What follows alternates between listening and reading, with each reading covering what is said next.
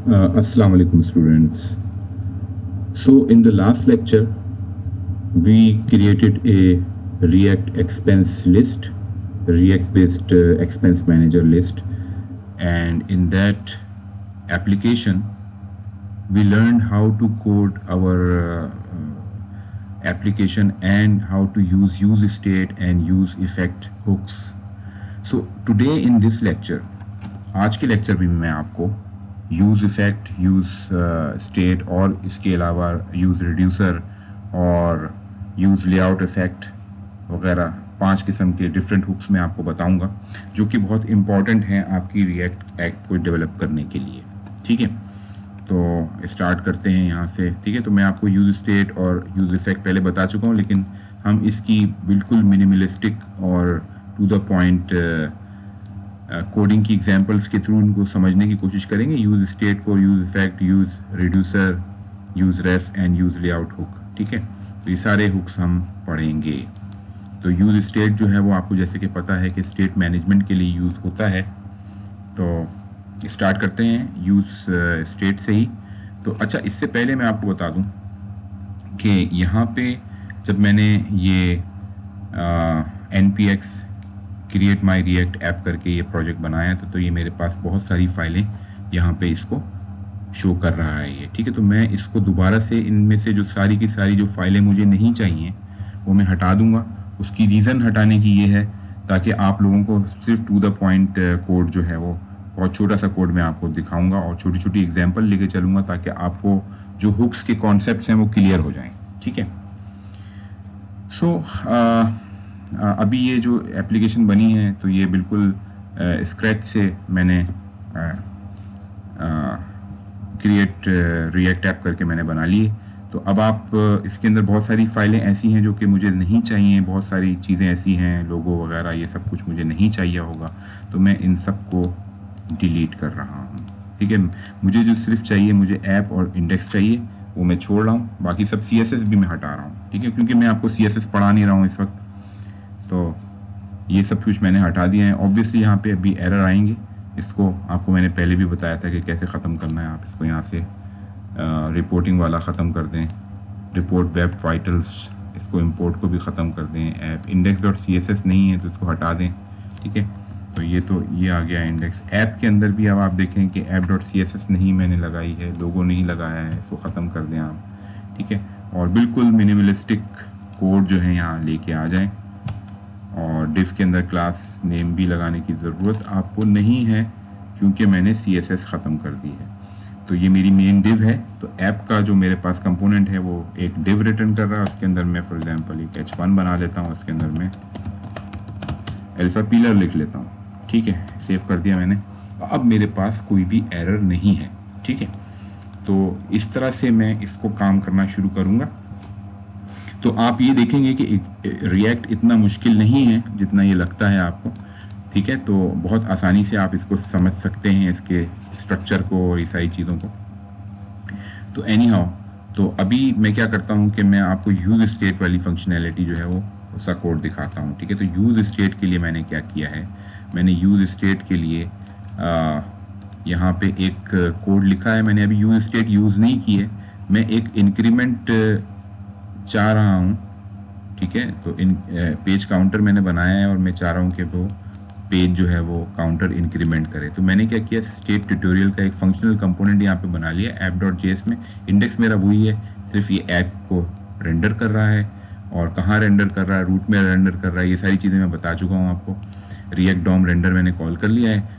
और app.js में मैं क्या कर रहा हूँ, मैं सिर्फ यहाँ पे import react from react कर रहा हूँ और यहाँ पे मैंने एक अपना फंक्शनल कंपोनेंट जो कि मैंने स्टेट ट्यूटोरियल बनाया है और उसके अंदर मैंने एक मेंबर वेरिएबल काउंटर रख लिया है और दूसरा मैंने उसके अंदर एक फंक्शन रखा है इंक्रीमेंट का, एरो फंक्शन मैंने बनाया है इसको, और इसमें मैंने counter +1, counter equal to counter +1, यानी इसको मैंने इंक्रीमेंट करवा दिया है। और इंक्रीमेंट करवाने के बाद मैं यहाँ पे console.log में इसको लॉग भी करवा रहा हूँ।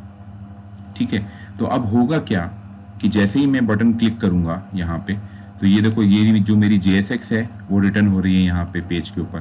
तो मेरे पास जो काउंटर की वैल्यू इनिशियल है वो क्या थी, वो 0 थी। ठीक है, तो वो यहाँ पे 0 नज़र आ रही है मुझे।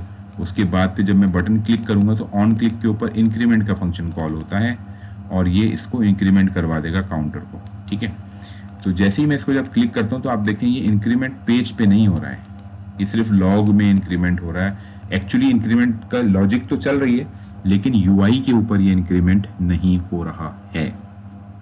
ठीक है, तो अब इसको समझ लो ये क्यों नहीं इंक्रीमेंट हो रहा है। ठीक है, ये समझना बहुत जरूरी है आपके लिए। उसकी रीजन ये है कि देखिए, जब आपका पेज लोड होता है तो रिएक्ट क्या करता है, रिएक्ट जो है वो कंपोनेंट को माउंट करता है, कंपोनेंट को अपडेट करता है और कंपोनेंट को अनमाउंट करता है। तो ये इसके 3 अलग अलग फेजेस होते हैं और जैसे कि मैंने आपको बताया था कि हर फेज के अंदर स्टैंडर्ड हैंडलर्स कॉल हो रहे होते हैं और हर फेज के अंदर रेंडर का मेथड भी कॉल हो रहा होता है। ठीक है, तो जब तक वो रेंडर का मेथड कॉल नहीं होगा, स्टेट चेंज नहीं होगी और रिएक्ट को पता नहीं चलेगा कि उसको रेंडर भी करना है तो वो रेंडर नहीं करेगा। ठीक है, तो अब आप क्या करेंगे कि इस कोड को मैं चेंज करता हूं और यूज स्टेट के थ्रू मैं इसको बताऊंगा कि जब भी इस वेरिएबल की स्टेट चेंज हो तो उसको आपने रेंडर करवाना है तो रिएक्ट उसको रेंडर करेगा। अब अभी स्टेट चेंज हो जरूर रही है लेकिन रिएक्ट को नहीं पता चल रहा है, यूआई को नहीं पता चल रहा है, पीछे आपने जावा स्क्रिप्ट में तो ये कोड लिखा हुआ है, तो इसलिए रिएक्ट इसको रेंडर नहीं करवाता है। ठीक है, तो अब मैं कैसे उसको करवाऊंगा, मैं इसको बड़ी सिंपली मैं इसको यूज स्टेट यूज कर रहा हूं इस वक्त और आप देखें कि मैंने ये कोड वही है, इंक्रीमेंट का कोड मैंने यहाँ पे लिख लिया है। देखो मैंने यूज स्टेट का हुक यहाँ पे यूज किया है, उसके लिए मैंने पहले इंपोर्ट यूज स्टेट किया है। ठीक है, फ्रॉम रिएक्ट, तो जैसे कि मैंने इंपोर्ट रिएक्ट फ्रॉम रिएक्ट किया है, इंपोर्ट यूज स्टेट भी मुझे करना पड़ेगा क्योंकि ये हुक है, इसको मुझे पहले इंपोर्ट करना पड़ेगा। उसके बाद ये मेरा वही फंक्शनल कंपोनेंट लिखा हुआ है, यहाँ पे मैंने एरो फंक्शन बनाया है और यहाँ पे आप देखिए कि यहाँ पे मैंने यूज स्टेट का हुक यूज किया है। तो यूज स्टेट के हुक को यूज करने के लिए मैंने सबसे पहले क्या किया है कि कॉन्स्ट के थ्रू मैंने यहाँ पे काउंटर वेरिएबल एक डिफाइन किया है और इस वेरिएबल की स्टेट जब चेंज करनी है, इसकी वैल्यू चेंज करने के लिए मैंने यहाँ पे मेथड का नाम भी लिखा है। ठीक है, तो यूज स्टेट को आप इसी तरीके से यूज करते हैं कि यहाँ पे आप इनिशियल स्टेट की वैल्यू पास करते हैं तो काउंटर की जो इनिशियल वैल्यू होगी वो 0 होगी हमेशा, राइट। और इनिशियली तो काउंटर की वैल्यू 0 होगी और जब वो इंक्रीमेंट होगा तो आप देखें कि ये सेट काउंटर में कॉल कर रहा हूँ, directly counter equal to counter plus नहीं कर रहा हूँ, काउंटर प्लस 1 नहीं कर रहा हूँ, मैं क्या कर रहा हूँ सेट काउंटर के थ्रू काउंटर की वैल्यू अपडेट करवा रहा हूँ ताकि स्टेट चेंज हो। जैसे इसकी स्टेट चेंज होती है रिएक्ट को पता चले कि इसको रेंडर करना है ताकि ये पेज पे इसको रेंडर करवाए। तो अब आप ये देखिए कि ये मैंने JS एक्सेस की रिटर्न की है और सबसे पहले मैंने लिखा है काउंटर। ठीक है, तो काउंटर का जो वेरिएबल था इनिशियल वो 0 था तो वो 0 स्टेट क्योंकि मैंने यहाँ पे पास ऑन की थी इसको तो इसलिए ये मुझे 0 यहाँ पे लिखा हुआ नजर आ रहा है अपनी JSX जो रिटर्न हो रही है उसके अंदर। उसके नीचे फिर बटन है, बटन के ऑन क्लिक के ऊपर मैंने उसी तरह से इंक्रीमेंट कॉल किया हुआ है और ये set counter in counter plus 1 करके इसको अपडेट कर रहा है। ठीक है, इसको देख लेते हैं। जैसे मैं यहाँ पे अब अपडेट कर रहा हूँ तो ये अब आप देखें कि वैल्यू यहाँ पे अपडेट हो रही है। ठीक है, तो अब यूज स्टेट का फायदा आपको पता चला कि स्टेट जैसे ही चेंज होगी वो रेंडर का फंक्शन कॉल होगा और वो रेंडर फिर करेगा उसको, राइट। तो अब आप अब मैं यूज स्टेट की एक और आपको एग्जांपल फॉर एग्जांपल ले लेता हूँ और उसके अंदर फिर हम आपको बताएंगे।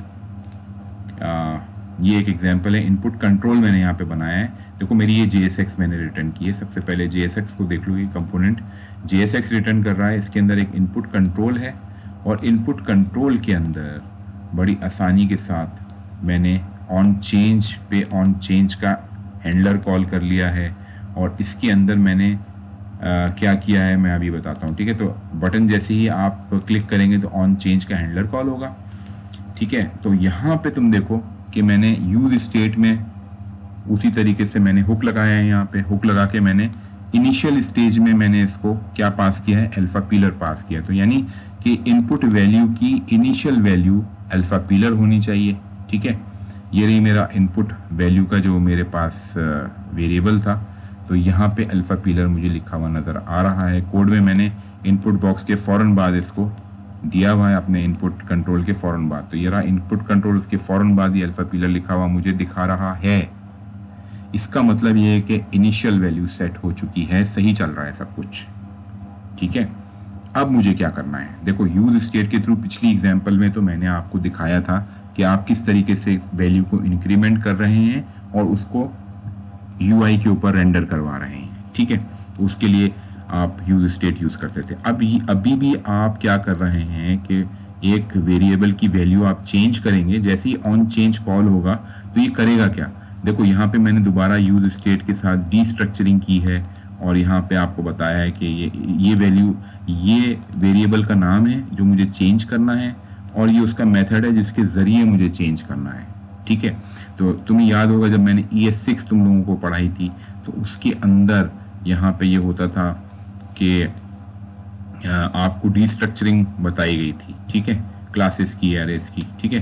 तो याद करो तो ये डीस्ट्रक्चरिंग का ही सेंटेक्स है यहाँ पे यूज हुआ हुआ है। तो यहाँ पे यूज स्टेट के थ्रू डीस्ट्रक्चरिंग करके मैं बता रहा हूँ कि यहाँ पे इनपुट वैल्यू का जो वेरिएबल है वो चेंज होगा तो उसको यूज स्टेट जो है वो स्टेट मैनेजमेंट अपनी यहाँ पे लगा ले इस वेरिएबल के ऊपर। और अगर इसकी वैल्यू चेंज करनी है तो सेट इनपुट वैल्यू के थ्रू मैं करूँगा। तो यहाँ पे कोई भी फंक्शन में लिख सकता था, फॉर एग्जांपल सेट ABC अगर मैं कर दूंगा इसको, ठीक है, ऑल्दो कि करना नहीं चाहिए इस तरीके से, लेकिन मैं आपको सिर्फ ये बताने के लिए कर रहा हूँ कि सेट ABC मैंने कर दिया तो मैं यहाँ पे भी सेट ABC करूँगा, ठीक है।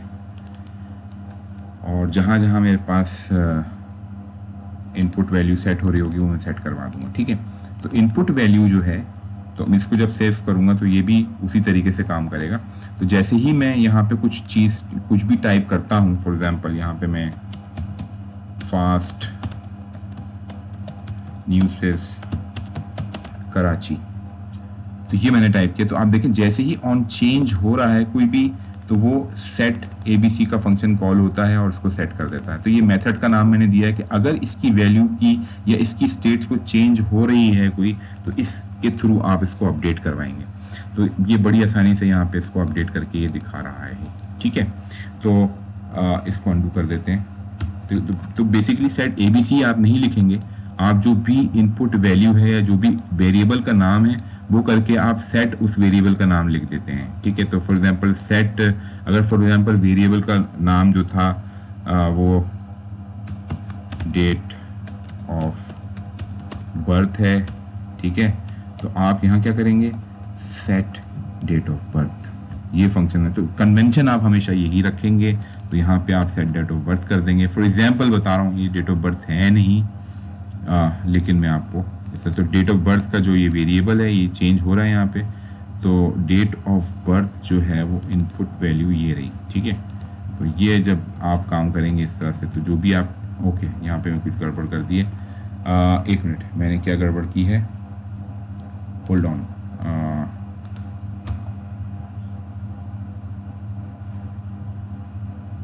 ओके, ऑन चेंज के अंदर मैं यहाँ पे गया, इन न्यू इनपुट वैल्यू में मैंने डेट ऑफ बर्थ मैंने के through set date of birth मुझे करना है, ठीक है।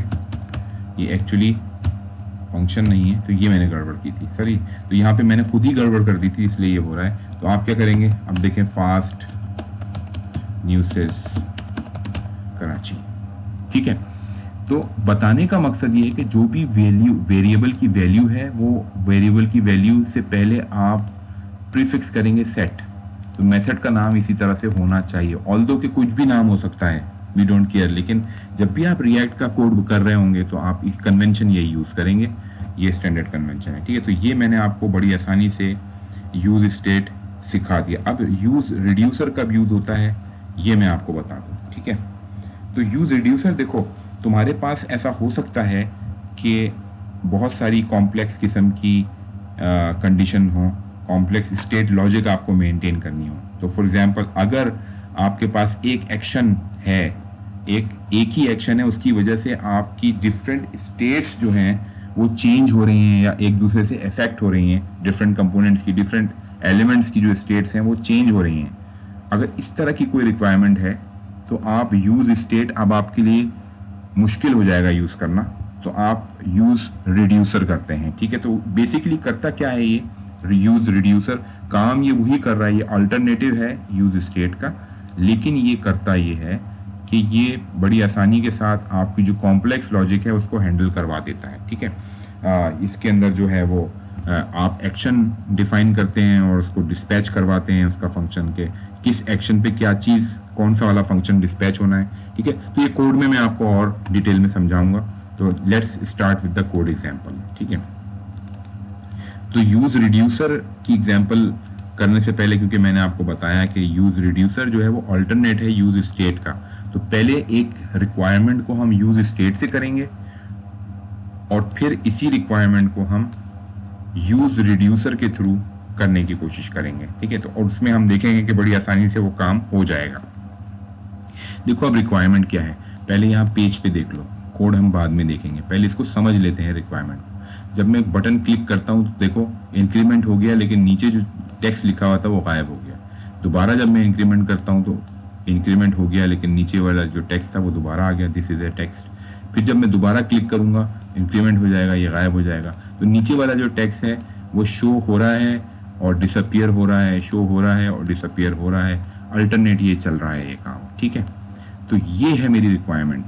तो अब फॉर एग्जांपल एक्शन मेरे पास एक ही है कि मुझे बटन क्लिक करना है, लेकिन दो अलग अलग मेरे पास एलिमेंट्स हैं, उनकी स्टेट जो है वो मैनेजमेंट अलग अलग हो रही है। एक में इंक्रीमेंट हो रहा है, एक में शो और हाइड हो रहा है। ठीक है, इसी तरह से हो सकता है मेरे पास मल्टीपल और भी सारे एलिमेंट्स हो पेज के अंदर, जिसके अंदर के एक की वजह से दूसरी की स्टेट जो है चेंज हो रही है, या अल्टरनेटिवली बहुत सारी स्टेट्स कंपोनेंट की आपस में इंटरमिंगल्ड होकर चेंज हो रही हैं। तो इस तरह की रिक्वायरमेंट के लिए आप यूज स्टेट को यूज नहीं करेंगे, बल्कि आप यूज रिड्यूसर को यूज करेंगे। ऑल्दो के ये काम यूज स्टेट से भी हो सकता है, जैसे कि ये अभी इतनी कॉम्प्लेक्स नहीं है रिक्वायरमेंट, तो ये यूज स्टेट्स के थ्रू हम यहाँ पे करके दिखा रहे हैं आपको। तो क्योंकि दो चीजें यहाँ पे, एक काउंटर है, देखो अब ये समझ लो, दो चीजों की स्टेट मेंटेन करनी है, एक काउंटर की करनी है और एक आपने स्टेट मेंटेन करनी है इस टेक्स्ट की। ठीक है, तो दो तरह के आपने यहाँ पे यूज स्टेट ले लिए हैं, एक तो काउंटर के लिए ले लिया और यहाँ पे उसी तरीके से मैंने क्या किया है कि काउंट ले लिया है और सेट काउंट कर लिया है, यूज स्टेट 0 करके दे दिया है, इसमें इनिशियल स्टेट इसकी मैंने काउंट की मैंने 0 दे दी है। ठीक है, इसी तरह से यहाँ पे मैंने एक और मैंने शो टेक्स्ट का वेरिएबल लिया है और उसको अगर मैंने ऑल्टर करना है या उसके अंदर अपडेशन करनी है, उसकी स्टेट चेंज करनी है, तो सेट शो टेक्स्ट में एक और मेथड ले लिया है और इनिशियली इसकी वैल्यू मैंने ट्रू दे दी है, क्योंकि जब ये पेज रिफ्रेश होता है, देखो मैंने रिफ्रेश कर दिया, तो सबसे पहले ये लिखा हुआ नजर आता है मुझे। तो मुझे क्योंकि ये टॉगल करवाना है कि एक दफ़ा ट्रू पास करवाना है, दूसरी दफ़ा फॉल्स पास करवाना है, तो कभी नज़र आएगा कभी नज़र नहीं आएगा, तो टॉगल की फंक्शनैलिटी मैं इस तरीके से अचीव कर लूँगा। ठीक है, तो ये दोनों मैंने यूज स्टेट में ले लिए हैं और अब देखो यहाँ पे ये मेरी JSX है जो मैं रिटर्न कर रहा हूँ। तो इस कंपोनेंट में सबसे पहले तो काउंट की वैल्यू मुझे नज़र आ रही है H1 के अंदर, ये रही बड़ी सी बड़ा सा 0 लिखा हुआ नज़र आ रहा है क्योंकि H1 में है। और फिर बटन के ऑन क्लिक पे मैंने देखो क्या किया है, सेट काउंट, तो ये यूज स्टेट के अंदर जो मैंने मेथड डिफाइन किया था सेट काउंट, वो कॉल कर लिया और उसके अंदर काउंट +1 कर दिया है। और इसी तरह से यूज स्टेट में मैंने जो सेट शो टेक्स्ट किया था उसके अंदर मैंने शो टेक्स्ट को दोबारा पास किया है, लेकिन इसके अंदर तो वैल्यू थी ट्रू या फॉल्स, तो शो टेक्स्ट जो है वो पहले अगर ट्रू था तो ये फॉल्स होके चला जाएगा यहाँ पे, क्योंकि मैंने एक्सक्लेमेशन शो टेक्स्ट लिखा हुआ है। एक्सक्लेमेशन मार्क का मतलब होता है नॉट, तो ये नॉट की लॉजिक पे चल रहा होता है। ठीक है, तो अगर ट्रू था तो फॉल्स हो जाएगा, फॉल्स था तो ट्रू हो जाएगा। तो इस तरीके से ये मुझे टेक्स्ट दिखा रहा है। ठीक है, और उसके बाद बटन क्लोज हो गया है और फिर उसके बाद यहाँ पे ये देखो ये जो लाइन लिखी हुई है ये क्या कर रही है कि शो टेक्स्ट, ये वो वेरिएबल है या तो ये ट्रू होगा और इसको मैंने एंड करवा दिया है इस पैराग्राफ के साथ। ठीक है, तो अब बड़ी इजीली अगर इसकी वैल्यू ट्रू है तो ये नज़र आएगा आपको, ये अगर ये फॉल्स है तो ये सबका सब 0 हो जाएगा, यानी कुछ भी नज़र नहीं आएगा। फॉल्स है इसका मतलब है कि ये कुछ भी नहीं दिखाएगा यहाँ पे। ठीक है, तो ये लॉजिक मैंने इस तरीके से कंट्रोल की है। ठीक है, तो आप देखें कि ये यूज स्टेट के थ्रू बड़ी आसानी से हो रहा है। ठीक है, तो ये यूज स्टेट तो आपको आसान है, पहले भी एग्जाम्पल आपने देखी हैं, इसी तरीके से काउंटर भी आपने मेंटेन किया था। तो वो भी चल रहा था। तो यूज स्टेट आपको समझ में आ गया होगा कि इस लॉजिक पे किस तरीके से ये काम करता है। Let's move on to the use reducer example, जो कि इंपॉर्टेंट है समझना।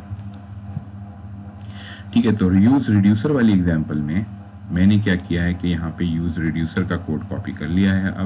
अब देखिए आप कि अब बड़ी आसानी से हम किस तरीके से काम कर रहे हैं। इसको टर्मिनल को मैं गायब कर दूं यहाँ से, ठीक है। अच्छा देखिए स्टूडेंट्स, ये देखिए ज़रा कि अब हमने क्या किया है, इंपोर्ट किया है रिएक्ट से यूज़ रिड्यूसर। ठीक है, रिएक्ट को भी इंपोर्ट किया है, यूज़ रिड्यूसर को भी इंपोर्ट किया है।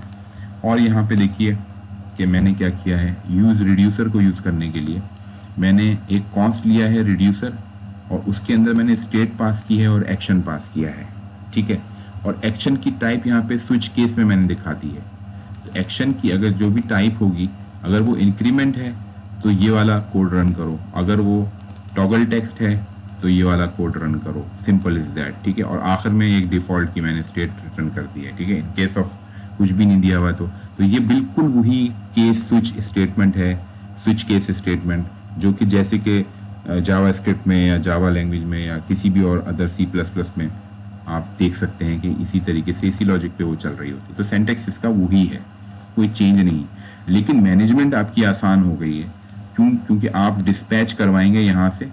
देखिए यूज रिड्यूसर के अंदर ये आपने हुक यूज किया है यूज रिड्यूसर का, और इसके अंदर इनिशियल स्टेट आपने क्या पास ऑन की है, काउंट की 0 है, और शो टेक्स्ट की आपने ट्रू वैल्यू पास ऑन की है। ठीक है, तो अब देखो यहाँ पे क्या हो रहा है कि यहाँ पे तुमने डिस्पैच करवाया है। ठीक है, तो ये यूज रिड्यूसर का तरीका है इसको यूज करने का, कि अब आपने क्या करना होगा कि रिड्यूसर बताना होगा इसके अंदर कि आप जो है रिड्यूसर यूज कर रहे हैं, और कॉमा करके आपने ये ब्रैकेट के अंदर जो 2 स्टेट्स दी हुई हैं, ये 2 की स्टेट्स आपने दी हुई हैं। अगर सिंगल स्टेट आपको रिड्यूसर को देनी होती तो फिर तो कोई फायदा ही नहीं था ना। तो आप मल्टीपल एलिमेंट्स की स्टेट्स यहाँ पे पास ऑन करते हैं और उनकी इनिशियल वैल्यूज यहाँ पे दे देते हैं कि इनिशियल वैल्यू क्या होगी, 0 होगी, या शो टेक्स्ट की वैल्यू जो है वो ट्रू होगी।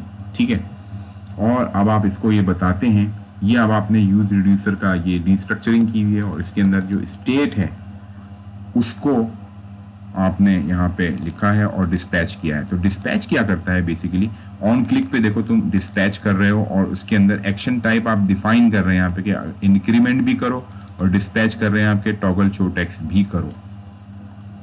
ठीक है, तो ये काम आप कर रहे हो यहाँ पे। तो अब ये क्या हो रहा है कि जो भी तुम्हें एक्शन यहाँ पे परफॉर्म करवाना है, सिंपली आपको क्या करना होगा, डिस्पैच कर देना होगा, और डिस्पैच करके आप यहाँ पे आ जाएंगे और एक्शन की टाइप यहाँ पे मैच करेंगे, और यहाँ जो स्विच केस स्टेटमेंट तुमने लिखा है, इंक्रीमेंट है या शो टॉगल टेक्स्ट वगैरह लिखा हुआ है, तो वो आप मेंटेन करवाएंगे यहाँ पे। ठीक है, तो इस एग्जांपल को जब मैं चला के देख लेते हैं इसको, तो ये देखें आप, जैसे यूज स्टेट के साथ आपने इसको किया था तो ये उसी तरीके से चल रही है। ठीक है, बाकी कोड इसका वही है, नीचे बटन के नीचे आपने state.showText लिखा हुआ है, और %, ये जो एंड की लॉजिक आपने लगाई है, और दिस इज ए टेक्स्ट आपने लिखा है डायरेक्टली। तो जब अगर ये फॉल्स होगा तो ये नज़र नहीं आएगा आपको, और अगर ये ट्रू होगा तो ये नज़र आ जाएगा, क्योंकि आपने इसको एंड किया हुआ है। ठीक है, तो इस तरीके से ये चल रहा है। तो फॉर एग्जाम्पल ये तो एक एग्जाम्पल है, इसके अंदर आप ये भी कर सकते हैं कि अगर फॉर एग्जाम्पल और भी मल्टीपल एग्जाम्पल, जैसे इंक्रीमेंट है, साथ ही साथ आप क्या कर रहे हो कि इंक्रीमेंट के साथ आप डिक्रीमेंट भी कर रहे हो। ठीक है, तो फॉर एग्जाम्पल मैं क्या करूँगा कि यहाँ पे इंक्रीमेंट मैंने लिखा है, इसकी जगह मैंने डिक्रीमेंट भी कर लिया, और यहाँ पे एक और, तो जितनी भी कंडीशन हैं वो बड़ी आसानी से फिर मैं मैनेज कर सकूँगा, मेरे लिए मैनेजेबल होगी। ठीक है, तो मैं क्या कर रहा हूँ कि एक और केस स्टेटमेंट मैं बनाऊँगा। ठीक है, और इंक्रीमेंट के साथ साथ मैं उसको डिक्रीमेंट वाली भी स्टेटमेंट भी इसमें लिख दूंगा। तो वो क्या होगा, मेरे लिए बड़ी आसानी से काम हो जाएगा उसमें। तो फॉर एग्जांपल इंक्रीमेंट है, मैं यहाँ पे क्या करता हूँ, एंड में मैं डिक्रीमेंट भी लिख लेता हूँ। ठीक है, सॉरी, डिक्रीमेंट भी मैंने कर लिया। ठीक है, लेकिन अब मैं क्या करूँगा कि डिक्रीमेंट में मैं इसको -1 कर दूंगा, ठीक है। तो इंक्रीमेंट भी हो रहा है लेकिन डिक्रीमेंट भी हो रहा है, ठीक है। तो अब इसका जो इफेक्ट होगा एक्चुअली आप देखेंगे, यार ये 11 पे था, मैंने क्लिक किया तो ये टॉगल तो हो गया लेकिन ये इंक्रीमेंट नहीं हुआ। फिर मैंने क्लिक किया तो ये टॉगल तो हो गया लेकिन ये इंक्रीमेंट डिक्रीमेंट दोनों तरफ हुआ है ना। इंक्रीमेंट डिक्रीमेंट हो रहा है लेकिन एक इंक्रीमेंट हो रहा है एक डिक्रीमेंट हो रहा है, इसकी स्टेट चेंज होती है, इंक्रीमेंट पे भी होती है डिक्रीमेंट पे भी होती है, लेकिन एंड इफेक्ट जो है इसका वो 11 ही रहता है, ठीक है। तो इस तरीके से भी आप कर सकते हैं। तो फॉर एग्जांपल डिक्रीमेंट, ये तो एक डिक्रीमेंट हो रहा है यहाँ पे, तो और फॉर एग्जांपल और भी अगर कुछ लॉजिक है, फॉर एग्जांपल डिक्रीमेंट की जगह डिक्रीमेंट बाय 3 कर देता हूँ मैं फॉर एग्जांपल। तो मैं क्या कर दूँगा कि यहाँ पे 3 माइनस हो जाएगा। अब मैं जब सेव करता हूँ इसको, अब आप देखें कि ये एक तरफ तो पॉजिटिव इंक्रीमेंट है, मतलब इंक्रीमेंट, सॉरी पॉजिटिव इंक्रीमेंट क्या होता है, इंक्रीमेंट ही होता है, ठीक है। तो एक्चुअली क्या हो रहा है कि स्टेट के काउंट में एक पॉजिटिव हो रहा है यहाँ पे, क्योंकि मैंने ये डिस्पैच करवाया है ना इसको। तो स्टेट के काउंट में क्या हो रहा है कि ये इंक्रीमेंट होगा और साथ में डिक्रीमेंट बाय 3 भी होगा, ठीक है। तो एक दफ़ा तो ये क्या हो रहा है कि इंक्रीमेंट होगा तो 12 हो जाएगा ये, और फिर डिक्रीमेंट जब 3 दफ़ा होगा तो ये क्या करेगा, 12 के बाद 2 दफ़ा डिक्रीमेंट करके इसको 10 कर देना चाहिए, राइट। एक दफ़ा इंक्रीमेंट होगा और 2 दफ़ा डिक्रीमेंट होगा, तो इसकी वैल्यू क्या चली जाएगी आपके पास, 12 हो जाएगा और 2 दफ़ा डिक्रीमेंट होके ये 10 हो जाएगा। एक्चुअली पीछे आना चाहिए, राइट। करूँगा तो 9 आ गया, सॉरी 2 दफ़ा, देखो 9 है ना, तो 9 से क्या हुआ ये कि 9 से एक इंक्रीमेंट हुआ आपके पास 10 हो गया, 10 से 2 डिक्रीमेंट हुआ तो ये चला जाएगा आपके पास 7 चला जाएगा, ठीक है। तो एक इंक्रीमेंट होगा और 3 डिक्रीमेंट होंगे, ठीक है। तो फॉर एग्जांपल 7 है तो 7 से एक इंक्रीमेंट हुआ 8 हो गया, और 8 के बाद 3 माइनस किया आपने तो ये क्या आ जाएगा, 5 आ जाएगा आपके पास, ठीक है। तो ये क्लिक किया आपने 5 आ गया, लेकिन नीचे वाला इसी तरह से चल रहा है। लेकिन अब फर्ज करो कि मैंने इसको अभी यहीं स्टॉप कर दिया, मैं एक कंडीशन और लगाता हूँ उसके अंदर।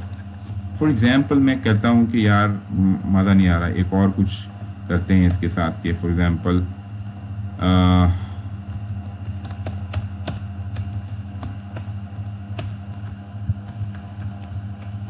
मल्टीप्लाई बाय 2 भी करेगा ये, ठीक है।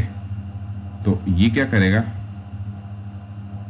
मल्टीप्लाई बाय 2 भी कर रहा है, तो एक इंक्रीमेंट करेगा 6 हो जाएगा, 6 के बाद ये क्या करेगा, इसके बाद सिंपली ये क्या करेगा कि ये 3 डिक्रीमेंट करेगा तो ये 3 रह जाएगा, 3 को मल्टीप्लाई बाय 2 करेगा तो ये क्या होगा, 6 हो जाएगा, राइट। इसको मैंने सेव कर दिया।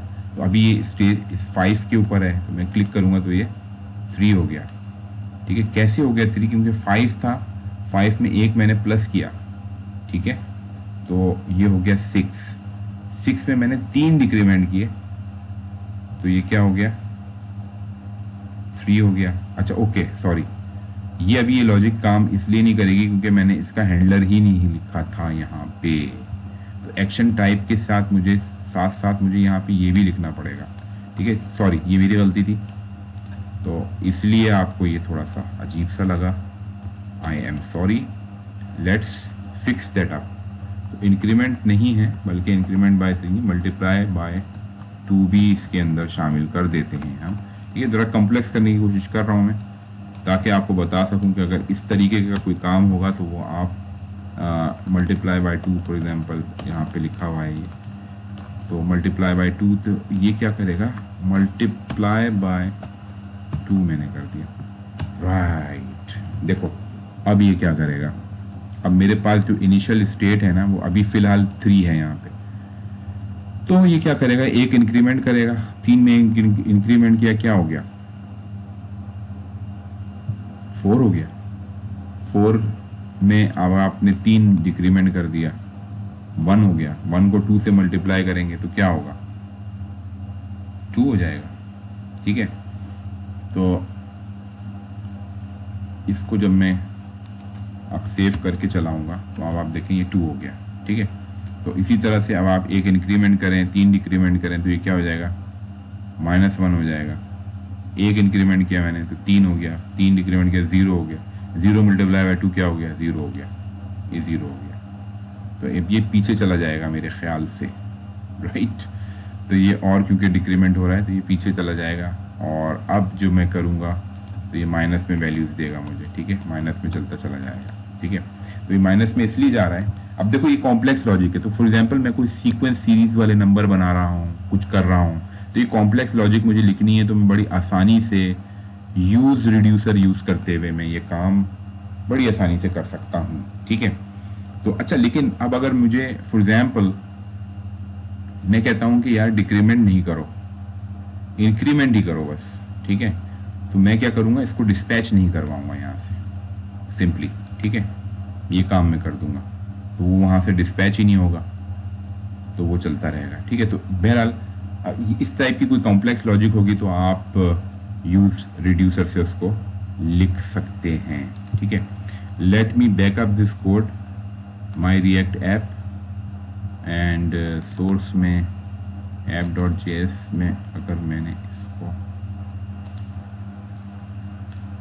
ओके राइट, ये है वो कोड, ठीक है। तो ये जस्ट मैं एक अपने रेफरेंस के लिए इसका बैकअप बना रहा हूँ। तो now let's move on to the next example.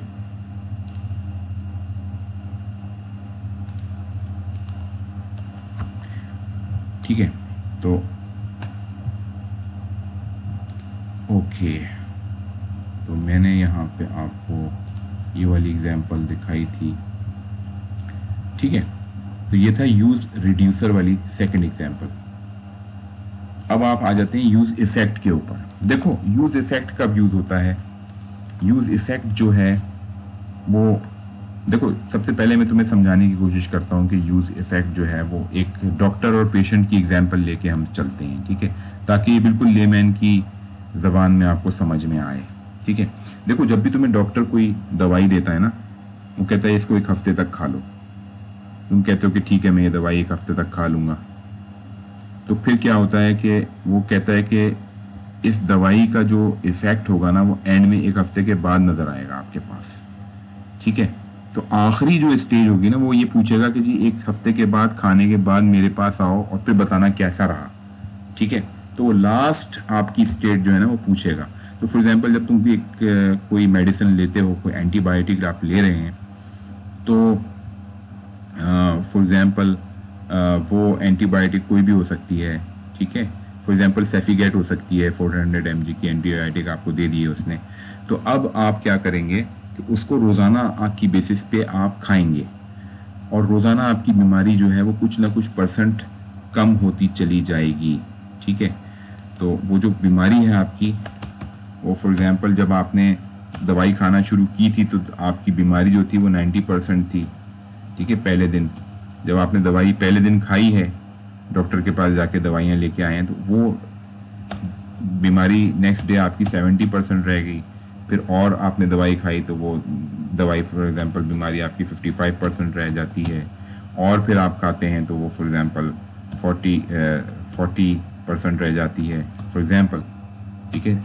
और फिर सो एंड सो फोर्थ 20% रह जाती है, एंड फिर आखिर में आपके पास 10% रह जाती है, ठीक है। और जब आप फाइनली डॉक्टर के पास जाते हैं तो वो बीमारी तकरीबन 5% रह जाती है, और ये इनफ है। देखो डॉक्टर को ये इफेक्ट देखना है आपका कि लास्ट आपकी स्टेज क्या थी, लास्ट आपका जो स्टेट थी वो क्या थी, ठीक है। तो 7 दिन दवाई खाने के बाद जो बीमारी है आपकी वो 5% रह जाती है। तो डॉक्टर को ये, आपको डॉक्टर रोजाना आके आपको नहीं देखेगा कि जी कितनी % आपकी बीमारी मौजूद है, वो लास्ट में सिर्फ ये आखिरी इफेक्ट जो है ना, या आफ्टर इफेक्ट जो है वो ये देखेगा मेडिसिन का आफ्टर इफेक्ट क्या रहा, इसलिए वो आपको 1 हफ्ते के बाद बुलाता है, ठीक है। Same with this hook, use effect क्या करता है, देखो आप रेंडर जो है वो कंपोनेंट जब माउंट हो रहा होता है उस वक्त भी रेंडर कॉल होता है, कंपोनेंट जब अपडेट होता है उस वक्त भी रेंडर कॉल हो रहा होता है, ठीक है। कंपोनेंट जब अनमाउंट होता है तब भी रेंडर का फंक्शन कॉल हो रहा होता है, और इसके दौरान अलग अलग हैंडलर्स होते हैं जो हर आपकी स्टेट में कॉल होते हैं, ठीक है। तो इर्रिस्पेक्टिव ऑफ दैट बहुत सारी स्टेट्स होंगी जो कि चेंज हो रही होती हैं।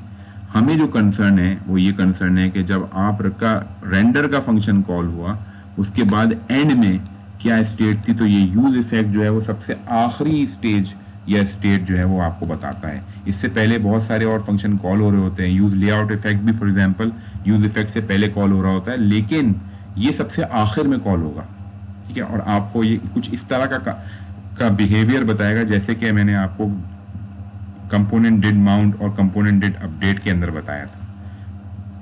ये बिल्कुल एंड में कॉल होगा, हर फेज के एंड में ये कॉल होते हैं, ठीक है। तो माउंटिंग में एंड में ये कॉल हो रहा होगा और अपडेट में एंड में ये कॉल हो रहा होता है, ठीक है। तो यूज इफेक्ट जो है बिल्कुल पेज रेंडर होने के बाद सबसे एंड में कॉल होता है, ठीक है। ये बात आप याद रखें, इसलिए हम यूज इफेक्ट को यूज करते हैं। तो चलिए इसकी एग्जांपल्स देख लेते हैं।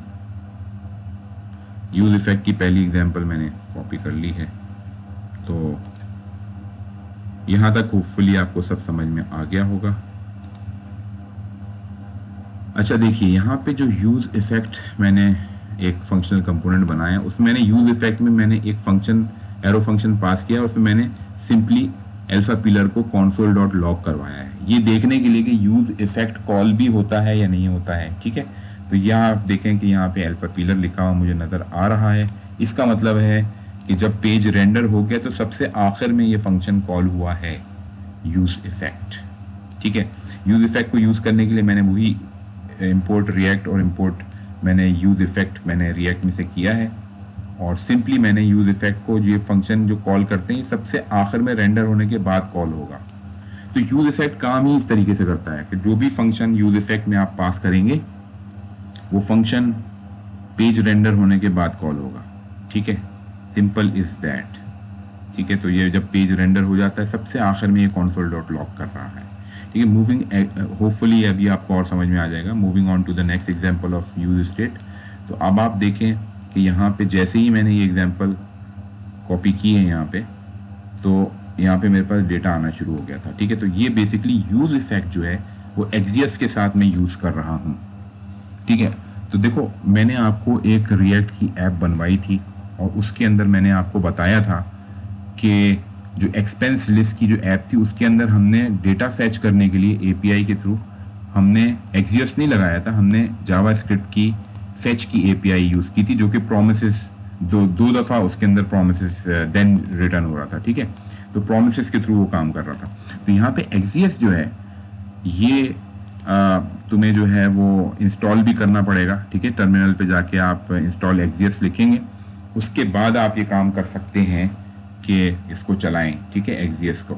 तो यहाँ पे क्या किया हुआ है, इफेक्ट्स ट्यूटोरियल के अंदर यूज इफेक्ट के अंदर मैंने ये फंक्शन दिया हुआ है और उसके अंदर मैंने एक ये एक्सियस के थ्रू एक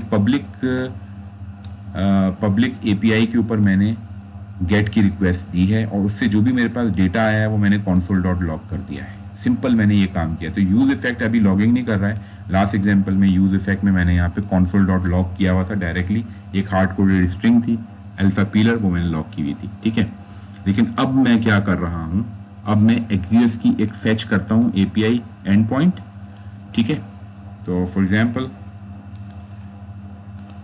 यहाँ गया मैं और मैंने ये इसको अगर मैं ब्राउज़र में डालूंगा तो मेरे पास ये डेटा नज़र आ रहा है, ठीक है। ये डेटा काफ़ी समझने में मुश्किल है या टेक्स्ट आगे पीछे हो रहा है इसका, तो इसको मैं कॉपी करूँगा और सिंपली मैं क्या करूँगा कि यहाँ पे मैंने आपको बताया था कि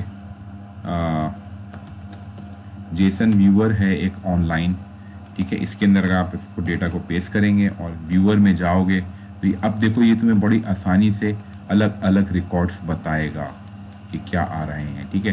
तो पहली का ईमेल एड्रेस ये बता रहा है, फिर आईडी बता रहा है, फिर बॉडी बता रहा है। तो ये सारे के सारे रिकॉर्ड्स इस तरीके से आपके पास आ रहे हैं। ये पब्लिक एपीआई है और पब्लिक एपीआई के थ्रू ये टेक्स्ट आपके पास आ रहा है। ऑब्वियसली ये इंग्लिश में नहीं है, मैं समझ रहा हूँ किसी और लैंग्वेज के अंदर है, लेकिन बहरहाल ये टेस्टिंग के लिए उन्होंने पब्लिक एपीआई दी हुई है।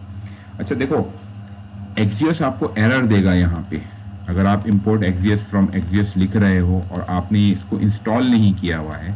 मेरे पास तो ये इसलिए चल रहा है क्योंकि मैंने इसको इंस्टॉल किया है, ठीक है। आपको इसको एक्सियस को इंस्टॉल करना पड़ेगा, ठीक है। तो टर्मिनल पे जाके आप इसको लिखेंगे इंस्टॉल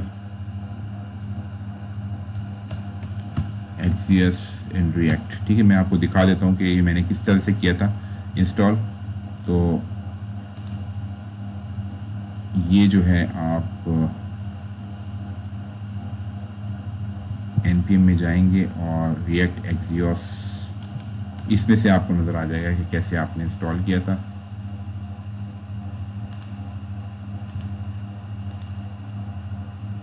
ठीक है, तो आप जो हैं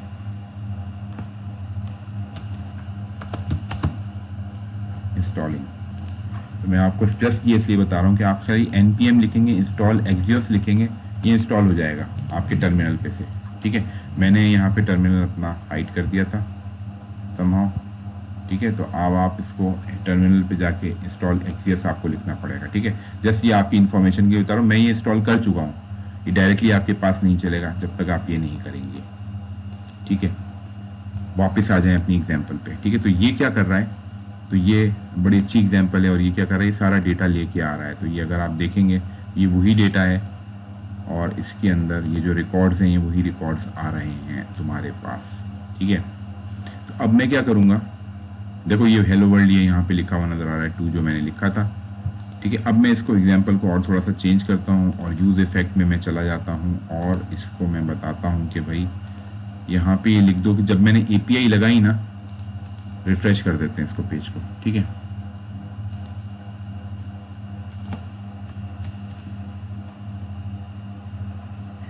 ओके ये दैट इज समथिंग रॉन्ग शायद।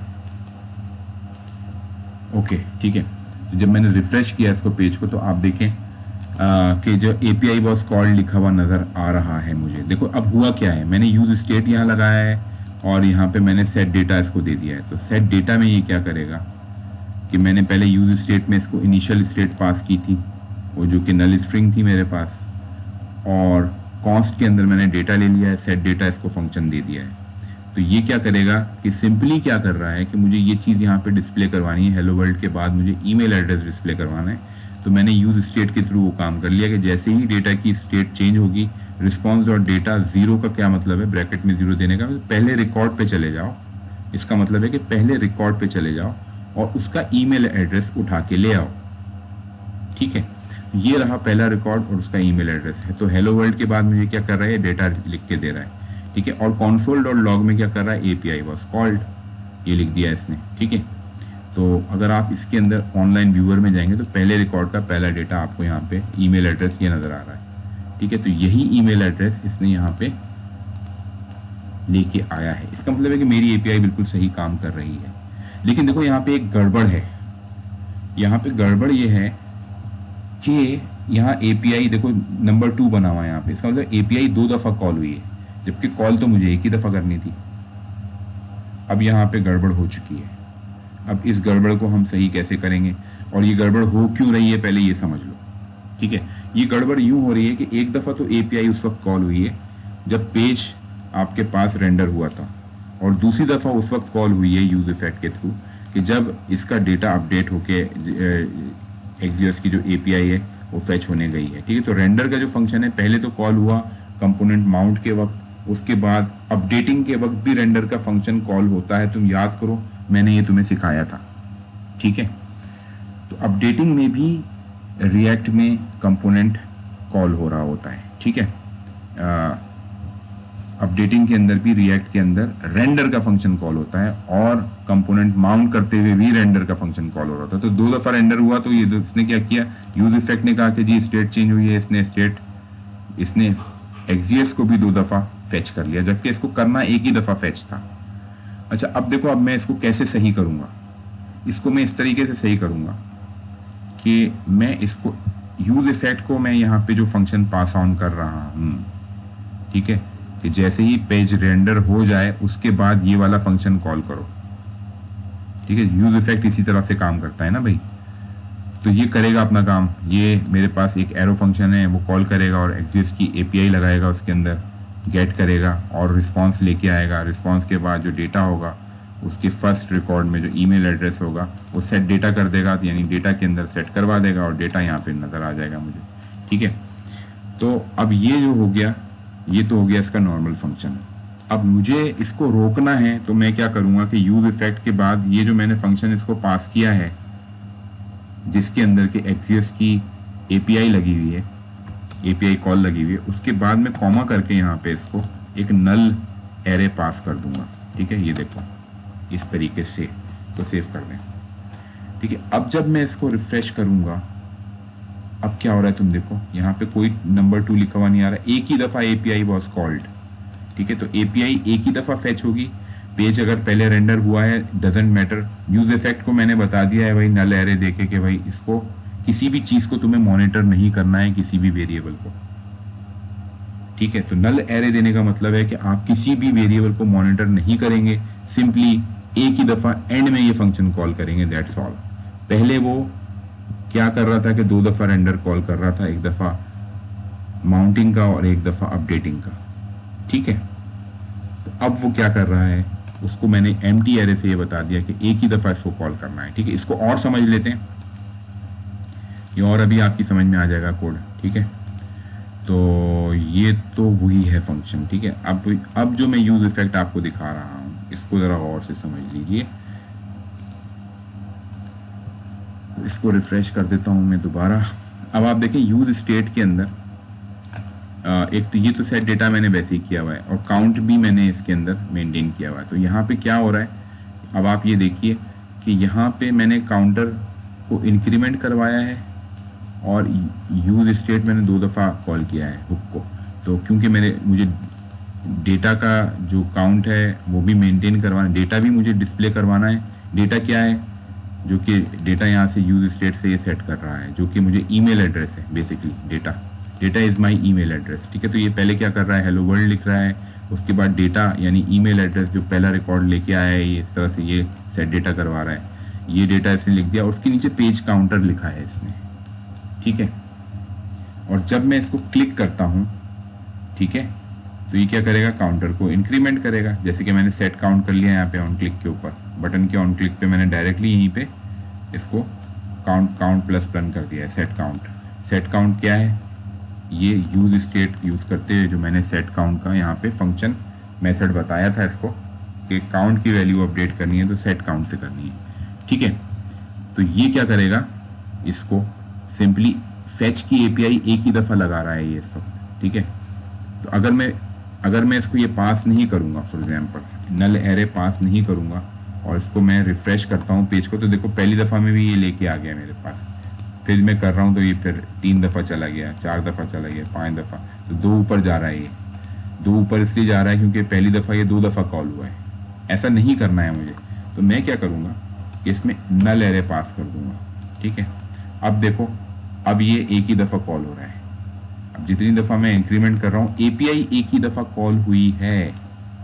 तो अगर मुझे कोई ऐसा काम करवाना है जिसके अंदर के एपीआई सिर्फ एक ही दफा कॉल हो, तो मैं क्या करूंगा, मैं सिंपली यूज इफेक्ट यूज करूंगा और उसके एंड में नल एरे भेज दूंगा, दैट्स ऑल।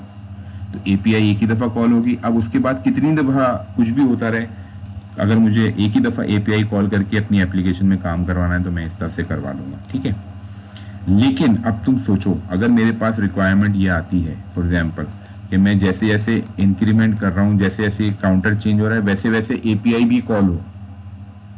ठीक है, तो मैं क्या करूंगा, यूज इफेक्ट को बताऊंगा कि यार ये इस काउंट को मॉनिटर करो। ठीक है, तो ये क्या करेगा, काउंट को मॉनिटर करना शुरू कर देगा। ठीक है, और जितनी दफा मैं काउंटर दबाऊंगा, क्लिक करूंगा, उतनी दफा एपीआई भी कॉल होती चली जाएगी।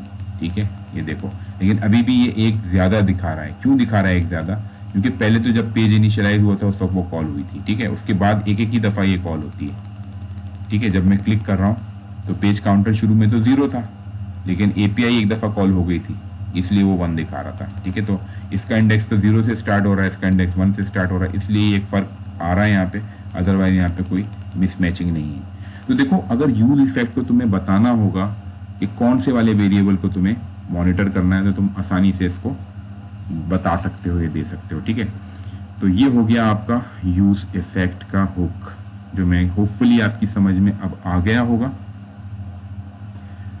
तो यूज इफेक्ट के बाद अब हम आगे बढ़ जाते हैं, यूज़ रेफ को देखते हैं। ठीक है, तो यूज़ रेफ जो है वो डॉम की जो मैनिपुलेशन है वो इजीली मैनिपुलेशन हो जाए जावास्क्रिप्ट के थ्रू। डॉम की रिएक्ट के अंदर मैनिपुलेशन के लिए आप यूज़ करते हैं। ठीक है, तो यूज़ इफेक्ट में आपको दिखा देता हूँ। 3 एग्जांपल्स हैं इसकी, बहुत सिंपल सी एग्जांपल्स हैं। होपफुली आपको ये समझ में आ जाएगा, ये जो ट्यूटोरियल मैं आपको बता रहा हूँ इसके बाद। ठीक है, तो देखो मैंने क्या किया है कि यहाँ पे मैंने एक पहले तो JSX देख लो, मैंने यहाँ पे हेडिंग 1 में कायदे आज़म लिख दिया है। ये कायदे आज़म मुझे यहाँ नज़र आ रहा है। उसके बाद मैंने एक इनपुट बॉक्स बनाया है, ये रहा वो इनपुट बॉक्स मुझे नज़र आ रहा है। उसके बाद मैंने एक बटन बनाया है जिसके ऑन क्लिक पे भी ऑब्वियसली मैंने कुछ काम किया हुआ है, लेकिन ये बटन मेरे पास यहाँ पे नज़र आ रहा है। ठीक है, अब ये करता क्या है, देखो मैंने यूज़ रेफ को जो है इम्पोर्ट किया है यहाँ पे। यूज़ रेफ जो है वो डॉम की मैनिपुलेशन ईजी बना देता है मेरे लिए। ठीक है, लेकिन इसके अंदर जो इनपुट कंट्रोल है उसके अंदर मुझे रेफरेंस प्रोवाइड करना होता है। कोई सा भी कंट्रोल है उसका रेफरेंस मुझे प्रोवाइड करना होगा। फॉर एग्जांपल ये रहा मेरा इनपुट कंट्रोल, इसके अंदर प्लेस होल्डर में मैंने EX समथिंग लिखा हुआ है। आगे देखो मैंने लिखा है रेफ इक्वल टू इनपुट रेफ। तो ये जो वेरिएबल है इनपुट रेफ मैंने यहाँ पे यूज रेफ में दे दिया है और इसको इनिशियली मैंने नल पास किया है। ठीक है, तो इनिशियली नल इसलिए पास किया कि वो नल स्टेट मैंने इसको दे दिया है, इनिशियलाइज किया है उससे। ठीक है, वो दैट डजंट मैटर। ठीक है, तो यहाँ पे इनपुट रेफ मेरे पास यूज रेफ के थ्रू मेंटेन हो रहा है और मैंने इसको बता दिया है कि ये इनपुट रेफ किस कंट्रोल का रेफरेंस है। फॉर एग्जांपल ये इनपुट रेफ जो है वो मेरे पास इस इनपुट टेक्स्ट का रेफरेंस है। ठीक है, और अब देखो अब होगा क्या, जब मैं बटन क्लिक करूंगा तो ऑन क्लिक का हैंडलर कॉल होगा और सिंपली इनपुट रेफ से मुझे इस कंट्रोल का रेफरेंस मिल गया। गेट एलिमेंट बाय आईडी और ये वो सब कुछ करने की मुझे कुछ ज़रूरत नहीं पड़ी, ना मैंने यहाँ पे इवेंट के थ्रू कॉल करवाया है इसको। मैंने सिर्फ इनपुट रेफ लिखा है, करंट डॉट वैल्यू लिख दी है और इसको लॉग किया है तो ये लॉग हो जाएगा। ठीक है, तो फॉर एग्जांपल करंट वैल्यू क्या है आप सबको पता है, जो चैनल का नाम है वो है अल्फा पिलर। मैं इसको लॉक करता हूँ तो ये क्या हुआ, इसने सिंपली लॉक कर दिया। ठीक है, तो यहाँ से इनपुट रेफरेंस की मुझे इनपुट रेफ मिल गया, इनपुट का रेफरेंस मिल गया और उसकी करंट वैल्यू मैंने उठा ली। तो डॉम की मैनिपुलेशन इस तरह बड़ी इजीली हो गई है। और भी इसके अंदर मैनिपुलेशन मैं कर सकता हूँ कि फॉर एग्जांपल मैं ये ना करूँ, मैं ये करूँ कि फॉर एग्जांपल इनपुट रेफ जो है जैसे ही मैं बटन क्लिक करूँगा इनपुट रेफ की वैल्यू जो है वो इक्वल टू नल हो जाए। ठीक है, तो फॉर एग्जांपल या ये कि जो भी मैं इनपुट में लिख रहा हूँ, फॉर एग्जांपल मैंने यहाँ लिखा फास्ट न्यूज़ कराची और जब मैं इसको क्लिक किया तो ये सारी वैल्यू क्लियर हो जानी चाहिए। ठीक है, तो मैंने क्या किया, इसी को मैंने क्लिक किया तो ये क्लियर हो गया मेरे पास। ठीक है, तो ये ठीक है, कुछ भी मैं इस पर टाइप करूँगा क्लिक करूँगा क्लियर हो जाएगा। ठीक है, तो ये भी आप कर सकते हैं। अगर आप चाह रहे हैं कि करंट डॉट फोकस में कर देता हूँ फॉर एग्जांपल, ठीक है, ये शायद इस तरह से हो जाता है गालिबन मुझे। तो करंट डॉट फोकस, तो फॉर एग्जांपल अभी मेरा फोकस यहाँ पे है, जब मैं क्लिक करूँगा तो मेरा फोकस कहाँ जाएगा, जो भी मेरे पास कंट्रोल था उसके इनपुट के रेफरेंस के करंट के फोकस पे हो जाएगा। ठीक है, मेरा फोकस अभी कायदे आज़म पे है, मैंने क्लिक किया तो फोकस कहाँ चला गया, देखो बड़ी आसानी से ये इस इनपुट कंट्रोल पे चला गया। तो देखो इनपुट रेफ जो है यूज रेफ जो है ये एक ऐसा हुक है जो हम बड़ी आसानी से इस तरह से यूज कर सकते हैं कि डॉम की मैनिपुलेशन हमारी आसान हो जाए। ठीक है, तो देखो स्टूडेंट्स अब मैंने आपको सारे के सारे जो इम्पोर्टेंट हुक्स थे वो बता दिए हैं, और भी हुक्स हैं वो मैं आगे जाके आपको बताऊंगा, एक्सप्लेन करूंगा, लेकिन फिलहाल जो मैंने आपको अभी हुक्स बताए हैं वो यूज स्टेट है, use reducer, use effect, use ref and use layout अभी मैंने नहीं बताया है। ठीक है, तो let's jump on to the last one and that is use layout effect. ठीक है, तो यूज लेआउट इफेक्ट का मैंने कर लिया। अच्छा, लेआउट इफेक्ट जो है ये मैं आपको बता दूं कि यूज लेआउट इफेक्ट इस तरीके से कॉल हो रहा होता है यहाँ पे कि जैसे कि आपके पास यूज इफेक्ट कॉल होता था सबसे एंड में रेंडर होने के बाद, तो यूज लेआउट इफेक्ट जो है रेंडर पेज रेंडर होने से पहले कॉल हो रहा होता है, ठीक है। तो इसकी एग्जांपल ये है कि देखो मैंने यूज इफेक्ट भी यहाँ पे यूज इंपोर्ट किया है और मैंने यूज लेआउट इफेक्ट भी इंपोर्ट किया है, ठीक है, दोनों को मैंने इंपोर्ट कर लिया है। अच्छा, और मैं दोनों को यूज कर रहा हूँ, तो फॉर एग्जांपल मैंने क्या किया, यहाँ पे यूज इफेक्ट भी यूज किया है, यूज लेआउट इफेक्ट भी यूज किया। तो यूज इफेक्ट में जो भी मैं फंक्शन पास ऑन करूंगा, जैसे मैंने आपको बताया था कि वो पेज रेंडर होने के एंड में, पेज रेंडर होने के बाद वो लॉक करेगा, और यूज लेआउट इफेक्ट जो है वो पेज रेंडर होने से पहले करता है, ठीक है। लेकिन देखो तुम यहाँ पे मैंने जो अपना फंक्शनल कंपोनेंट बनाया है उसके अंदर यूज इफेक्ट मैंने पहले कॉल किया है और यूज लेआउट इफेक्ट जो है वो मैं बाद में कॉल कर रहा हूँ। लेकिन अगर आप यहाँ पे console.log में देखेंगे, ठीक है, तो यहाँ पे यूज लेआउट इफेक्ट पहले आया हुआ है, जिसका मतलब है कि पेज रेंडर होने से पहले ये कॉल हुआ था और इसने console.log कर दिया था, उसके बाद कॉल होता है यूज इफेक्ट। हालांकि ये मैंने यूज इफेक्ट पहले लिखा है तो कॉल ये पहले होना चाहिए था, लेकिन नहीं, ऐसा नहीं हुआ, ठीक है। तो इससे प्रूव होता है कि पेज रेंडर होने से पहले यूज लेआउट इफेक्ट कॉल होगा, पेज रेंडर होने के बाद यूज इफेक्ट कॉल होगा, ठीक है, ये आप याद रखिएगा। तो इसकी सेकंड एग्जांपल मैं और आपको बताता हूं,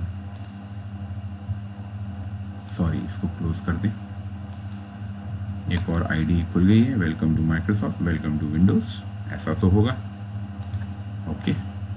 अच्छा देखो, अब ये एक देखो वार्निंग आ रही है, इसको छोड़ दो, तो ये मैं बाद में बताऊंगा तुम्हें कि ये क्यों आ रही है और ये इसको कैसे सही करते हैं, ठीक है, ये अभी हमारा कंसर्न नहीं है।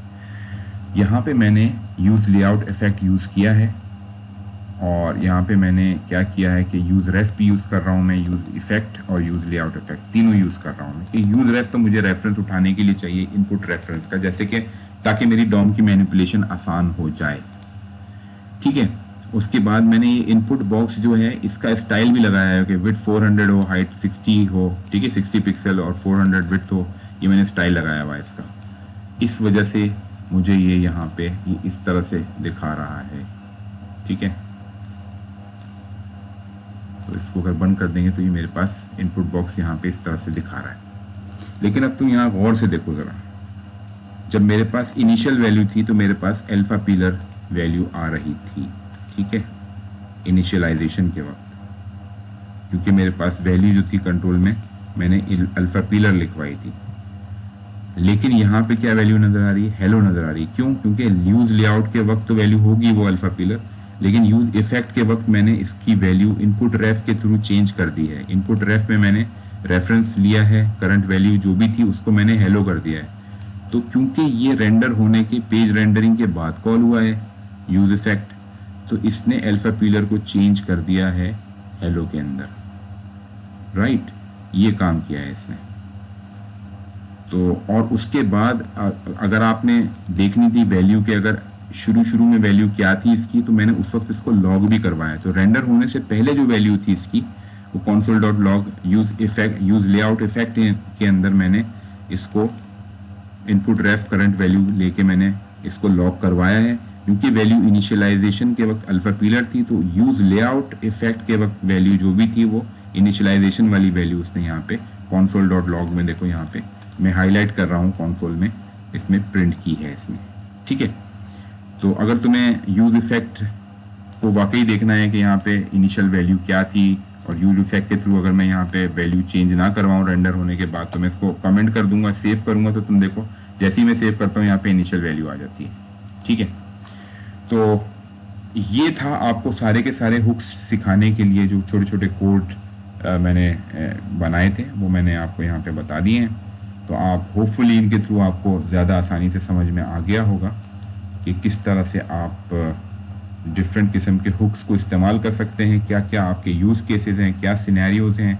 तो स्टूडेंट्स, अगर आपने मेरे चैनल को अभी तक सब्सक्राइब नहीं किया है तो काइंडली आप इसको सब्सक्राइब कर लें और बेल आइकन को प्रेस करना ना भूलिएगा, ताकि जो भी नई अपडेट्स और वीडियोज़ मैं बनाता रहूँगा रिएक्ट से रिलेटेड, मर्न से रिलेटेड, एक्सप्रेस से रिलेटेड और भी दूसरे ट्यूटोरियल्स में क्रिएट करता रहूँगा, तो ताकि आपको टाइम टू टाइम मिलते जाएं, ठीक है। तो आप मुझे फॉलो करते रहें और आप जो है इसी तरह से मैं डिफरेंट किस्म के ट्यूटोरियल्स यहाँ पे पोस्ट करूँगा, ठीक है।